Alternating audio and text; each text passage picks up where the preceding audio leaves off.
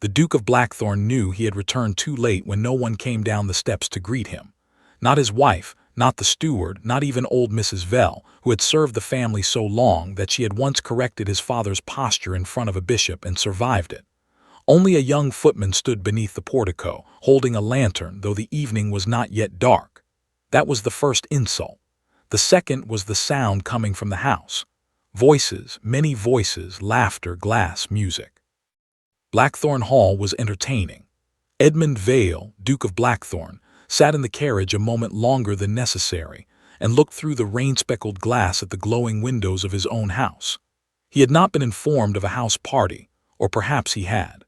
Letters had followed him through Bath, Brighton, and finally Lord Evering's hunting lodge in Kent, where Miss Tamsinroe had complained that country rain made her curls collapse and asked whether duchesses were always so persistent in writing.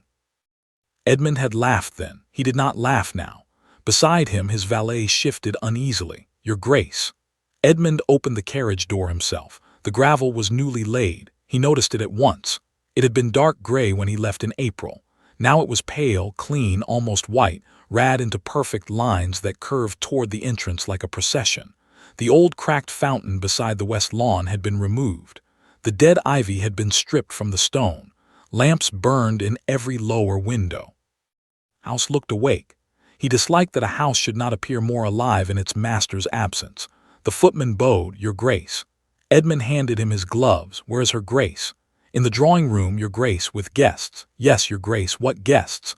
The footman's face remained blank in the trained manner of servants who had been told that honesty could be postponed by posture. "Her Grace's guests, Your Grace." Edmund looked as "Your name," called her, "Your Grace." "I do not know you know Your Grace." A third insult.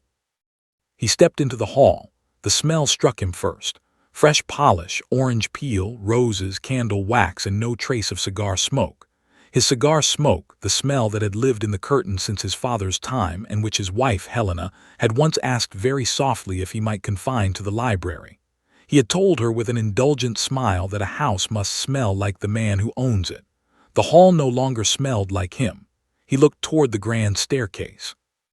Flowers filled the niche beneath his mother's portrait. White roses. His mother had hated white roses. Helena loved them, or perhaps she had simply worn them at their wedding and Edmund had forgotten to ask if she loved them. From the drawing-room came another burst of laughter. Not loud, worse, comfortable. His guests were comfortable in his house before he had entered it. "Announce me," he said. The footman opened the drawing-room doors. Conversation did not stop immediately. That was the fourth insult. A lesser man might not have noticed the half-second delay. Edmund noticed. He noticed the way heads turned, not with surprise but expectation, as if everyone in the room had been waiting for a scene already discussed before he arrived. His Grace, the Duke of Blackthorn. Now the room quieted. Edmund entered. There were 15 people in the drawing-room. His nearest neighbor, Lord Pelham, Lady Sybil March, whose tongue had ruined 3 engagements and improved every dinner she attended. The vicar and his wife, 2 tenants of respectable standing, Mr. Norcross, the family solicitor, Sir Anal Reed, a magistrate, his wife's cousin, Mrs. Adele Crane, the physician. The retired colonel from across the valley and near the fire, sitting in the chair that had always been his, was Helena. The Duchess of Blackthorn did not rise. She was dressed in pearl gay silk with no jewels except a small emerald ring he had never given her. Her hair was arranged simply. Her hands rested on the arms of the chair. She looked neither angry nor relieved. She looked prepared. That frightened him before he knew why. "Edmund," she said, "not my lord, not your Grace, Edmund." The guests watched him receive the name like a verdict. "My dear," he said, crossing the room with the easy confidence that had carried him through worse entrances, "I had not expected the pleasure of company." "No," Helena said, "I imagine you had not." Lady Sybil lowered her fan. "We were just discussing the lake, Your Grace. Her Grace has had the banks repaired beautifully." "The lake banks," Edmund repeated. "Yes," said Lord Pelham, "a necessary improvement, quite overdue." Edmund looked at Helena. "You had the lake repaired, I had the dangerous side secured. Without writing to me, I wrote." The 2 words landed more sharply than accusation. He removed his hat slowly. "I have been traveling." "Yes," she said, "that was included in several of the letters." A polite silence followed. It was not the silence of guests embarrassed by marital tension. It was the silence of witnesses listening sing for consistency. Edmund sensed it then, not fully, only the shape of it. Something had been arranged. He smiled. The season lasted longer than expected. Lady Sybil's fan stilled. The vicar's wife looked down. Helena did not blink, so I understand the name was not spoken. Miss Tamsin Rowe, actress, widow depending on who asked, beauty depending on light. Mistress, if anyone in the room was honest enough to use the word. Edmund had taken her to Bath in May, Brighton in June, and into Kent in July. By August, half the county knew. By September, apparently his wife had changed the house. He turned toward the fireplace, intending to reclaim his chair. Helena did not move. A footman quietly placed another chair for him near the side, near but not beside, off-center, the chair of a visiting uncle, not the master. Edmund looked at it, then at his wife. The room waited. He sat. A man who refuses a chair in public gives the chair too much power. How long will our guests remain, he asked. Through dinner. Only dinner for some and for others. Helena lifted her teacup. That will depend on what they hear. The vicar's wife made a small sound and covered it with a cough. Edmund's smile thinned. What a mysterious house I have returned to. Yes, Helena said. It has kept several mysteries in your absence. Before he could answer, a door opened at the far end of the room. A child ran in. Edmund turned. The boy stopped when he saw him. Arthur, his son, 8 years old, taller, thinner, dressed in a dark blue coat, hair brushed too neatly, one hand holding a wooden boat. Edmund had not seen him since spring. The boy looked at his mother first, not his father. That was the fifth insult. No, not insult, consequence. Helena said gently, Arthur, His Grace has arrived. His Grace, not your father. Edmund felt something shift under his ribs. The boy bowed. Good evening, sir, sir. The word crossed the room and struck him harder than any accusation might have done. Edmund stood too quickly. Arthur. The boy looked at him with polite caution, not fear, not affection, caution. The kind children learn around adults who arrive like weather. I have been working on the boat, Arthur said, because children sometimes fill unbearable rooms with simple facts. Edmund looked at the toy. It is fine. Arthur waited. Edmund realized too late he should say more. Helena did not help him. The boy turned back to his mother. May I show Mrs. Crane? After dinner, perhaps. Am I to dine? No, you will take supper in the nursery. Arthur nodded. He bowed again, this time to the room, and left. The door closed. Edmund remained standing. No one looked at him. That was their courtesy. It was also the wound. He sat slowly. Helena turned to Mrs. Adele Crane. About the Westcott School. Yes, Mrs. Crane said, recovering. Conversation resumed. Not easily, but deliberately. Edmund listened. They spoke of lake repairs, school funds, the widow parents' roof, the new tenant agreement, the rebuilt footbridge, the doctor's visits paid through the estate. All matters he should have known. All matters he did not. Every sentence revealed a room of his own house he had not entered. And Helena sat at the center of it, answering clearly, nomming dates, figures, people, repairs, debts, and decisions. He had once thought her quiet because she had nothing to say. Now he understood she had been quiet because he had not asked questions worth answering. At 7, the dinner bell rang. The guests rose. Edmund offered Helena his arm out of habit. She looked at it, then accepted Lord Pelham's instead. The movement was small. The room saw it. Edmund lowered his arm. Dinner awaited. The dining room had been rearranged. He saw it at once. At the head of the table sat Helena's place card. At the foot sat his. It's between them, the guests. Not random, never random. Helena had made a map of the room. Lord Pelham beside her. Sir Ansel Reed near the center. Mr. Norcross opposite the magistrate, the physician beside the vicar, the tenant representatives placed where they could be seen, not hidden. Lady Sybil near Edmund, close enough to hear him mutter and cruel enough to remember it accurately. Edmund looked down the table. His own name sat at the foot, not even his grace. Only Edmund Vale. He touched the card. Helena watched him. You have changed the seating. Yes, my place is at the head. Tonight your place is where your conduct has placed you. No one moved. Then Helena sat. The room followed her. Soup was served. Onion soup. He disliked onion soup. Helena knew this. He remembered telling her once in their second year that onion soup was food for people who had failed at elegance. She had liked onion soup. He had never seen it served again. Until tonight he lifted the spoon. The first course had begun. So had the trial. At first Edmund tried to eat. That was the last dignity available to him. A man may lose command of his house, his wife's welcome, his son's affection, and still lift a spoon as if soup were the matter at hand. But the onion soup tasted of memory, not the warm kind, the kind that returns with witnesses. Helena waited until every guest had taken several spoonfuls. Then she set down her spoon. The sound was small. The entire table heard it. "Lord Pelham," she said, "would you tell His Grace what you told me in June?" Edmund looked up. Lord Pelham cleared his throat. "I wrote to you twice, Blackthorn, about the lake bank." Edmund looked toward Helena. She said nothing. Pelham continued. "A boy from the village slipped there in May. No lasting harm, thank God, but it could have been grave. Her Grace had the bank repaired within the week." Edmund frowned. "I received no such letters," Helena said. "You received them." "I did not." Mr. Norcross opened a small leather folder. Edmund's eyes went to it. There it was, paper. He had begun to hate paper. Norcross placed 2 letters beside Edmund's plate. The seals were broken by him. He remembered now. One had arrived in Bath while Tamsin was choosing gloves. He had skimmed the first line, seen the word lake, and handed it to his valet to pack with other estate trifles. The second had come in Brighton. Tamsin had read the address aloud and asked whether his wife always wrote like a vicar's widow. He had laughed and left the letter unopened until morning or afternoon or never. He did not touch the letters. Helena said, "You may open them, though it is late." Lady Sybil's eyes gleamed. Edmund opened the first. Pelham had written clearly the bank was dangerous. Children crossed there, immediate attention required. He opened the second, more urgent. He folded both letters. "I was not aware of the seriousness." "No," Helena said, "that is why Lord Pelham is here." Edmund's gaze moved around the table.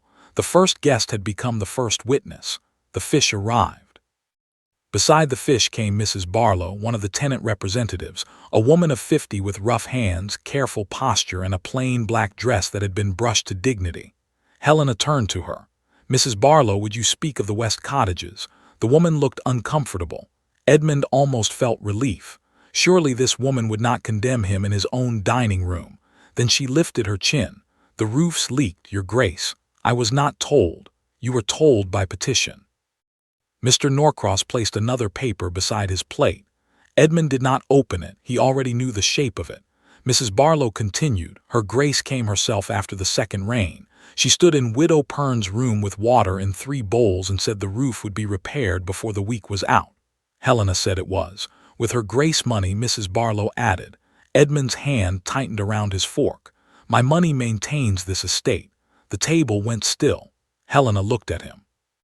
"No," she said, "your name owns it. Other people have maintained it." The sentence was quiet. No one defended him because no one could. The third course arrived, roast capon, Sir Anal Reed. The magistrate placed his glass down. Edmund felt cold. "You too, Sir Anal." The magistrate's expression was calm. "I am here because Her Grace believed certain matters might require accurate memory." "Accurate memory," Edmund repeated. "Yes, rooms such as these often alter facts by morning." Lady Sybil murmured. "Only when the wine is good." No one laughed. Helena said, "Sir Anal, please speak of the account." Edmund's face changed. The account he had forgotten. No, he had chosen not to remember. Sir Ansell said in July an account from the White Hart Inn was charged to Blackthorn estate credit. Edmund leaned back. "I stayed there briefly." "No," Helena said. The word cut through him. "You did not. Miss Tamsin Rowe stayed there under your protection." The mistress's name entered the room at last. Not shouted, placed like a knife on the table. The vicar's wife looked down. Lady Sybil did not. Sir Anal continued. "The innkeeper, believing the charge authorized, billed the estate." The amount was significant. Edmund's voice hardened. "Is this why you brought guests? To discuss tavern bills?" Helena looked at him. "No, to discuss what the tavern bill concealed." He felt the first real fear, then not embarrassment, fear. Mr. Norcross produced another paper. Edmund stared. Helena said, "The White Hart account included payments to 2 men who are not servants of the inn." Sir Anal added, "Men known locally for collecting debts by pressure." Edmund turned sharply. "That has nothing to do with me."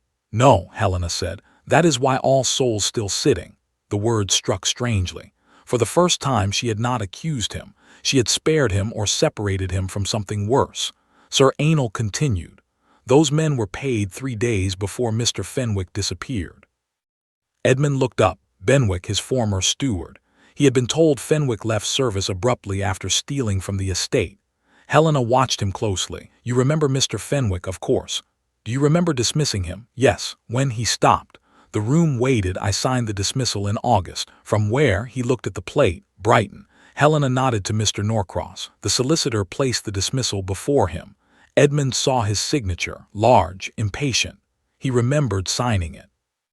A packet of estate papers had arrived. Tammin had wanted to go driving. His uncle, Lord Cresswell, had written that Fenwick had been discovered dishonest and that swift dismissal would avoid scandal. Edmund had signed. He had not asked what Fenwick stole. He had not asked where he went. He had not asked why Helena's letter sent the same week had warned him Fenwick had found irregularities. Helena said, Mr. Fenwick did not steal. The food in Edmund's stomach turned cold. Where is he? No one answered. That was answer enough. The physician, Dr. Ale, spoke. He was found in October. Edmund's eyes moved to him. Found in a cottage near the northern road, ill, injured, afraid to return. This remained safe. No graphic details, but clear. Edmund's voice lowered. Who did it? Helena said. That is what tonight is for. The fourth course arrived, but no one touched it. The guests had become witnesses one by one. The neighbor, the tenant, the magistrate, the solicitor, the physician. Edmund looked down the table at his wife. Who arranged this? I did, alone. No, with whom? She looked toward the doors. At that moment, the dining room doors opened. A woman entered in a pale rose gown with a dark cloak still damp from rain. Tammin Rowe, his mistress. The room inhaled. Edmund stood so quickly his chair struck the wall. What is she doing here? Helena looked at Tammin, taking her place. Tamsin's face was pale beneath the candle light. No rouge, no painted charm, no bright laugh. She looked younger without performance and frightened enough to be honest. She curtsied to Helena, not to Edmund. Your Grace. Helena inclined her head. Miss Rowe. Edmund stared at his wife. You invited her? Yes. Why? Helena's eyes did not leave him. 'Cause you changed guests into secrets. I changed them into witnesses. Tamsin moved to the empty chair beside Sir Anal, a chair Edmund had not noticed was empty until now. The 16th place, the hidden place, the true witner. Edmund sank slowly back into his seat. Tamsin did not look at him. Helena said gently, Miss Rowe, you may begin with the letter. Tamsin opened her reticule with trembling fingers and removed a folded sheet sealed in black wax. Edmund recognized the seal. Lord Cresswell's, his uncle, his advisor, the man who had handled estate business in Edmund's absence. Tamsin placed the letter on the table. I was told to burn it, she said. Helena's voice remained calm. And why did you not? Tamsin looked at Edmund for the first time. Because he called me a pretty fool. No one spoke. Tamsin's mouth tightened. Men say many things when they think a woman is too vain to listen. Helena nodded. Yes, they do, Mr. Norcross opened the letter. Read. His expression changed. Then he passed it to Sir Anal. The magistrate read more slowly. Edmund could not bear it. What does it say? Helena answered. It says Lord Cresswell arranged the White Hart payments. It says Fenwick knew too much. It says Miss Rowe was to keep you amused in Brighton until the northern accounts were altered. It says if necessary, your letters could be managed because you rarely read anything longer than an invitation. The room went silent. That last line was not merely accusation. It was his portrait. Edmund looked at Tamsin. You knew? No, she said quickly, not then. I thought he wanted me to keep you away because your wife was suspicious. Helena's face remained still. And now Tamsin lowered her eyes. Now I know I was hired. The word hung there. Hired, not loved, not cherished, not adored, hired. Edmund felt shame move through him, but not the shame he expected. Not shame at being exposed with a mistress. Worse, shame at seeing that even his sin had been less romantic than he had imagined. He had not been a passionate man breaking rules. He had been a useful fool kept entertained while others robbed his house. Helena looked at him. He knew she saw that thought arrive. She did not comfort him. The final course was brought in. No dessert, a locked iron box. Mrs. Vell, the old housekeeper, carried it herself. Edmund stared at her. You are here, too. Mrs. Vale set the box beside Helena. I have always been here, Your Grace. You were not always observant. Lady Sybil's fan snapped shut. Excellent. Helena unlocked the box. Inside were ledgers, letters, tenant lists, and one small velvet pouch. She removed the pouch. Edmund already knew he did not want to see what was inside. She opened it. A signet ring fell into her palm, his seal or a copy of it. Magistrate leaned forward. Helena said, "Lord Cresswell has been signing in your name." Edmund's vision narrowed. "How long, Mr. Norcross said quietly, "At least 11 months, and I did not know." Helen looked at him. No, the word should have been accusation. Instead, it was worse. It was simple. Tamsin whispered, "He plans to come tonight." Edmund turned. "What?" Tamsin swallowed. "He believes Her Grace invited us to shame you. He told me to attend, make a scene, provoke jealousy, and leave before the truth emerged. He said once the house party became scandal, he would arrive to restore order." At the far end of the table, Helena lifted her glass. "Then we must not disappoint him." As if summoned by the sentence, the front doors opened somewhere in the hall. Voices sounded, footsteps approached, the dining room doors opened. Lord Cresswell entered smiling. "My dear nephew," he said, "what a lively evening you have made of your return." Then he saw the table, the witnesses, the mistress, the iron box, the copied seal in Helena's hand, and his smile died before the soup had gone cold. Lord Cresswell recovered almost instantly. That was why he had survived so long. A guilty fool panics. A guilty nobleman smiles. Cresswell looked around the dining room as if he had arrived late to a performance he found mildly disappointing. "My dear Helena," he said, bowing with perfect courtesy, "you should have told me there was to be theater." Helena did not rise. "No theater, my lord, only testimony." His gaze moved to Edmund. Something like pity crossed his face as it was false. That did not make it less effective. "Nephew," he said, "you look unwell." Edmund stood. For once he did not know whether he rose as duke, husband, accused man, or fool, perhaps all four. "Did you forge my seal?" Cresswell's eyebrows lifted. "Is that what they are saying?" "No," Helena said. "That is what the documents are saying. People are only here to remember you hearing it." Lady Sybil whispered, "I shall remember beautifully." Sir Ansel Reed stood. "Lord Cresswell, please sit." Cresswell glanced at him. "By whose authority?" "Mine," said the magistrate. "And by whose invitation?" "Mine," said Helena. Cresswell looked back at her. His smile was delicate. "You have become bold in your husband's absence." Helena's gaze did not move. No, only visible. That quiet answer unsettled him more than anger would have done. He sat. Mr. Norcross began reading. He read the altered accounts first. Northern timber sold below value to a company secretly tied to Cresswell. Tenant rents raised and diverted. Repairs delayed. Fenwick dismissed after discovering the irregularities. Payments through the White Hart. Letters intercepted. Copies of Edmund's seal. Every item had a date. Every date had a witness. Every witness sat at dinner. The guests were no longer people. They were locks closing. Cresswell listened with increasing stillness. At the end he smiled again. "Unfortunate, but not criminal unless intent is proven." Tamsin spoke from her chair. "You wrote that Fenwick knew too much." Cresswell looked at her as one might look at a dog that had learned to sit at table. "My dear girl, you were not invited to understand correspondence." Tamsin's face flushed, but she did not lower her eyes. "I was invited tonight." Helena looked at her with the faintest approval. Cresswell saw it, his mouth tightened. "You think she respects you?" he said to Tamsin.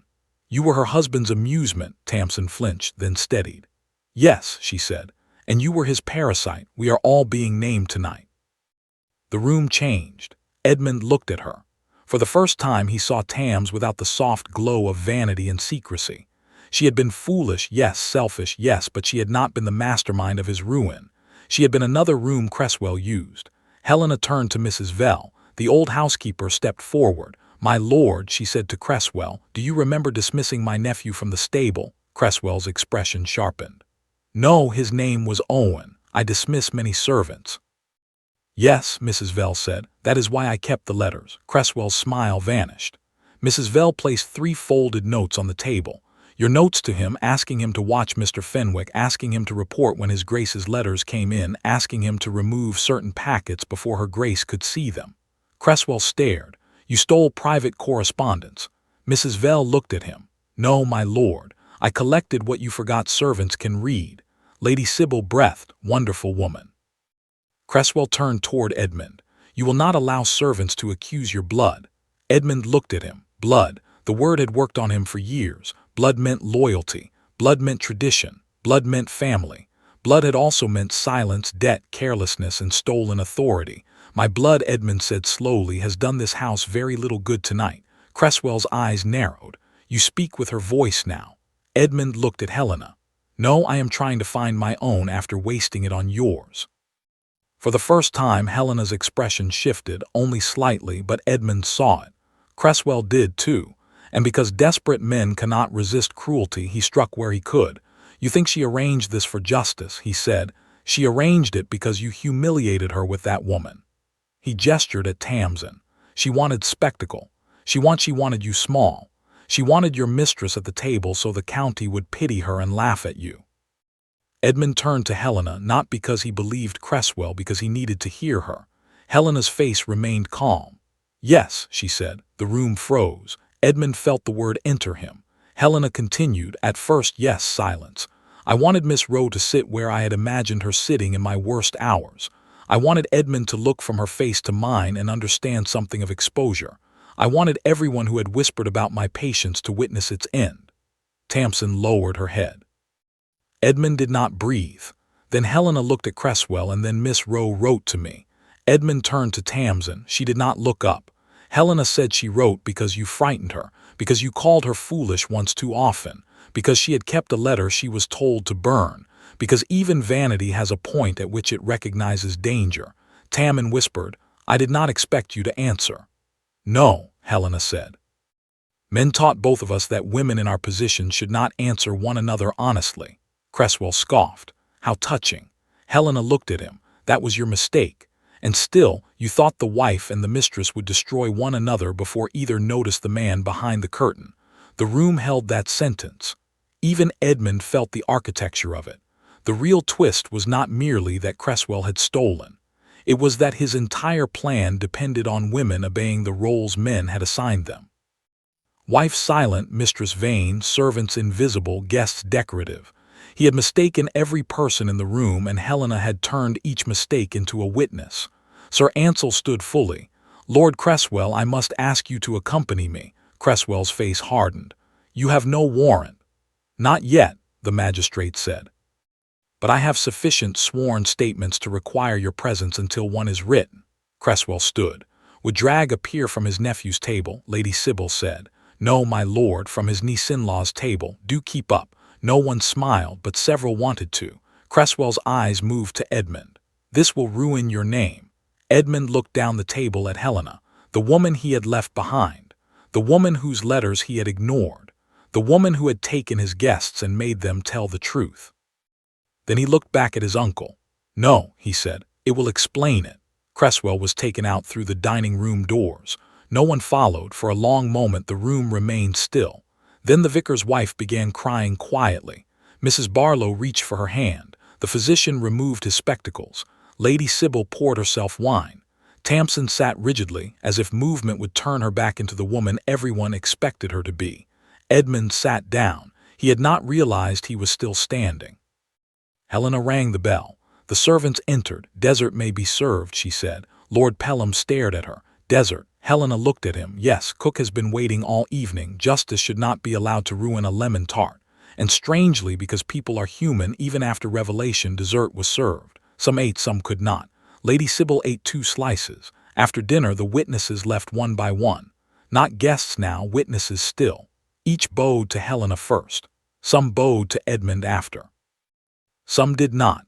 Tamsin was the last among them. She stood near the drawing-room door in a borrowed cloak, looking smaller than when she entered and more real. I will leave tonight, she said. Helena shook her head. No, the roads are wet. You will stay in the East Room tomorrow, Mr. Norcross will arrange protection if Lord Cresswell attempts to blame you. Tamsin stared. Why would you help me? Helena's face did not soften. Because I know what it is to be used by a man who calls it care. Tamsin looked at Edmund.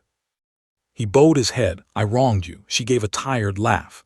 Yes, but not as beautifully as you imagined. He accepted that. I am sorry. Do not say it because she is here. He looked at her directly. I am sorry because you were not loved. You were kept. There is a difference. And I made the uglier thing look like tenderness. Tamsin's eyes filled, but she did not let the tears fall. Good night, your grace. She curtsied to Helena, then left. At last, Edmund and Helena were alone in the dining room.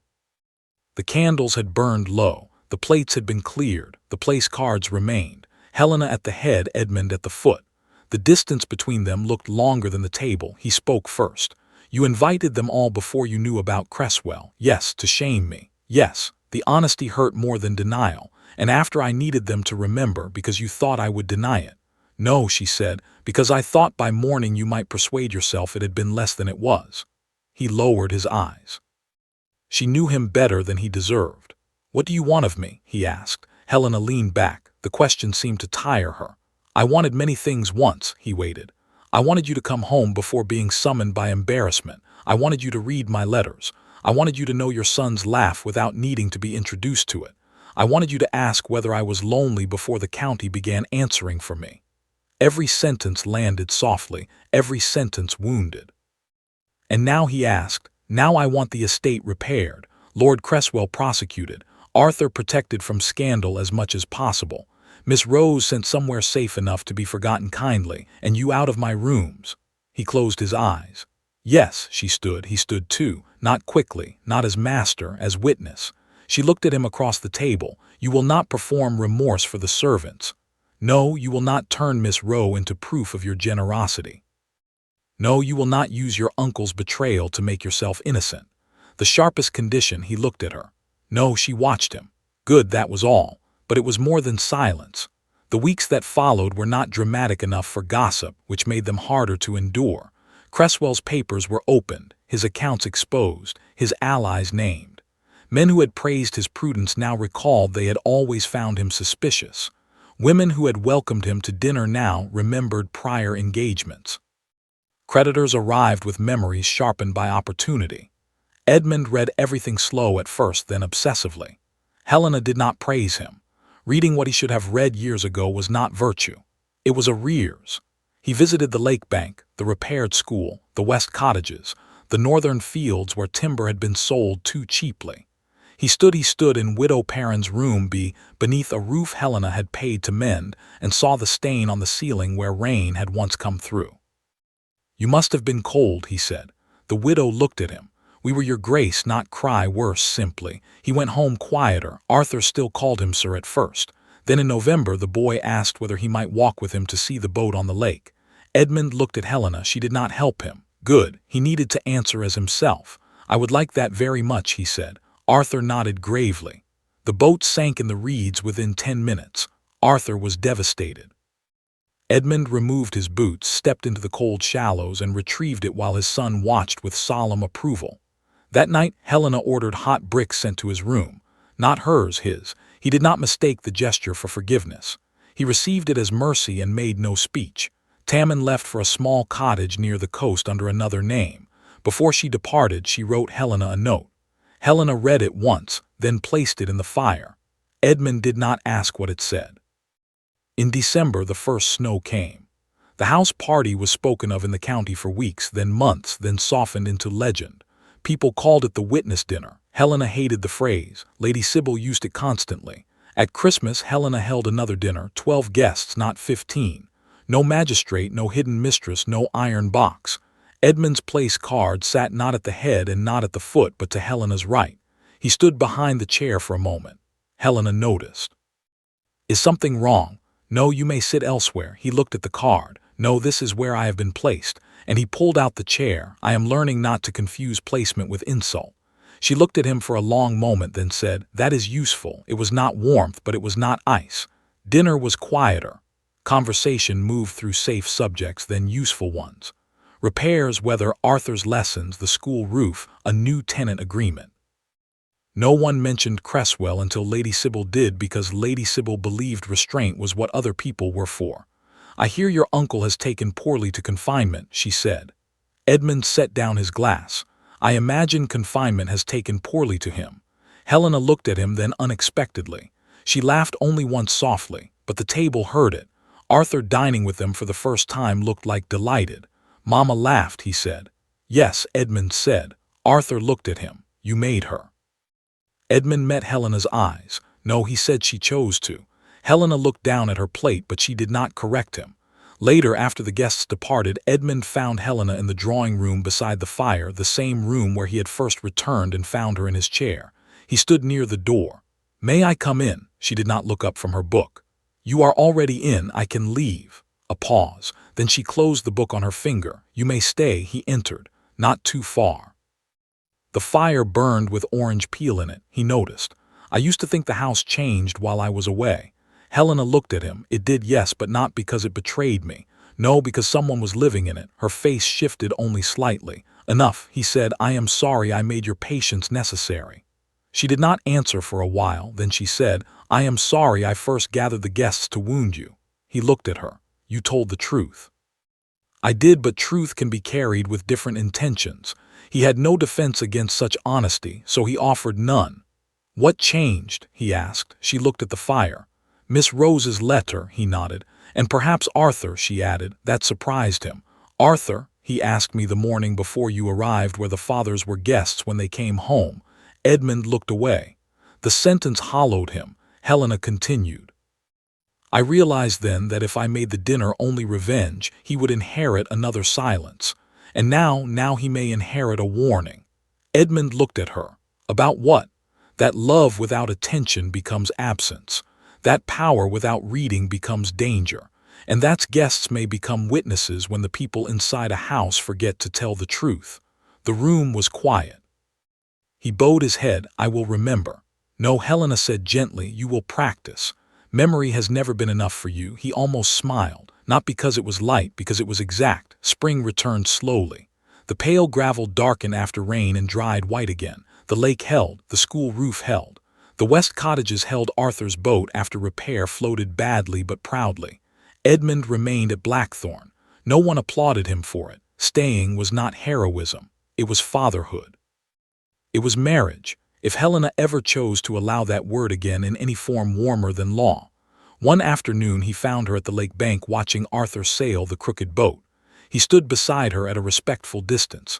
He calls me father now, he said. I know. He asked if you told him to. I did not, no. The wind moved across the water. Helena's gloved hand rested on the fence rail. After a long silence, she said, I hated you. In September, he took the words without flinching. Yes, I hated you. When Tamsin entered, yes, I hated you less when you did not make her carry all the blame. He looked at her. That is not a fine recommendation. No, she said, it is what exists. He accepted that. Arthur shouted from the bank below. The boat is turning, it is sinking. Edmund called back, it is not sinking, it is thinking. Helena's mouth moved almost a smile. Edmund looked at the water. I do not ask forgiveness. No, not yet. When then? When? Asking would not be of making you comfort me. She turned to him. For a moment she looked almost startled. Then the expression softened into something he did not dare name. That is the first sensible thing you have said all day. He bowed his head. I shall try not to ruin it, Arthur shouted again. The boat, against reasons and design, remained afloat. Helena watched it. After a while her hand shifted on the rail.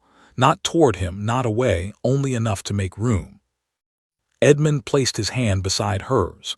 He did not touch. She did not move away.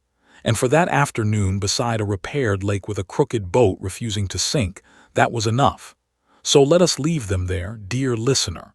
Not at the first dinner, where the Duke came home from a season with his young mistress, and found that every guest had been invited to remember his shame. Not at the table where the neighbor, the tenant, the magistrate, the solicitor, the physician, the servant, and the mistress herself became witnesses. Not even at the door where Lord Cresswell entered smiling and discovered that the wife he had dismissed, as quiet, had turned the room into a court. Let us leave them by the lake. With the woman who learned that patience is not the same as surrender. With the mistress who discovered she had been used and still chose to tell truth. With the Duke who finally understood that the worst betrayal was not that his uncle forged his name, add to basket, but that he had lived so carelessly a forged name could govern his house for nearly a year. And with a child whose boat stayed afloat because this time the adults repaired the bank before the water took him. If you have ever been called quiet by someone who mistook your silence for emptiness, then you know Helena. If you have ever been used as a distraction in someone else's game and found the courage to become a witness, then you know Tamsin. And if you have ever come home expecting welcome and found instead the truth seated around your table, then perhaps you know Edmund too. Tell me which moment stayed with you. The guests refusing to rise. The son calling his father, Sir. The mistress entering as the hidden witness, or Lord Cresswell arriving just in time for his own ruin. Draw your chair closer for the next story. The candles are low, the witnesses have gone.